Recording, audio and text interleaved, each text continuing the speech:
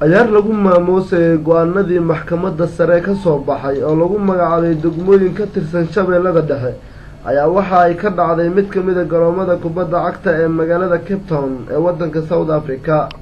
ciyaarta ayaa waxaa soo qaban qaabiyay ganacsatada ka soo jeeda degmada Ceelbacad oo ka mid ah degmooyinkii dhawaan uu magacaabay madaxweyne Sheekh Shariif Sheekh Axmed.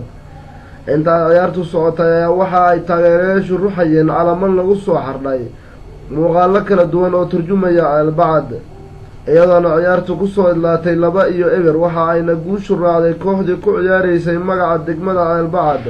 telefishinka qaranka Soomaaliyeed oo mikrofoonka la dhex qaaday ka soo qaybgalayaasha ciyaarta ayaa waxa uu weydiiyay sida ay u arkaan ciyaarta halkan ka dhacaysa maanta. waxaan ugu talangalnay maadaama aan degmada Ceelbacad oo loo magacaabay degmo cusub si darteed ayaan kubaddan ku ciyaaraynaa.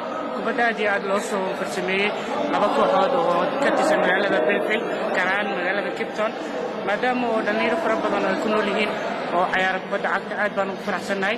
Aston Cape Town koob loo qabanay dhalinyarada ku nool reer Cape Town. koobkaas waxaa ka soo qayb galay ilaa 8 kooxood oo isku arkay. hadba maanta waxaa loo dheelay finaalka koobka, waxaana iskugu imaaday laba koox oo mid u dheelaysa Cape Town iyo mid u dheelaysa degmada Ceelbacad. sidaas awgeed sida aad u jeedid waxaa guusha ay ku raacday degmada Ceelbacad. balse way dadkan aad u faraxsan yihiin. Abdullahi aad baan ugu faraxsanahay inay isku yimaadaan labada kooxood ee kala ah Cape Town kooxda ku ciyaaraysa kooxda kale ay ku ciyaaraysa Ceelbacad district ama degmada Ceelbacad kooxda ka soo jeedo. aad ayaan ugu faraxsanahay maanta inay labadan kooxood ay finaal isugu soo baxaan.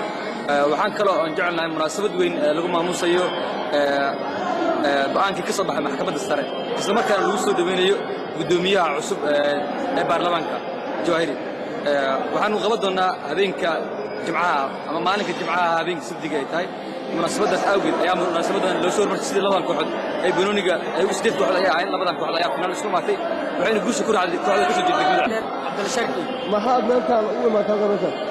ciyaarta maanta inta ka dhacday aad ayaan ugu faraxsanahay, waxayna ku dhamaatay natiijo aad iyo aad u fiican. waxaan ku soo dhaweeynaa degmada Ceelbacad.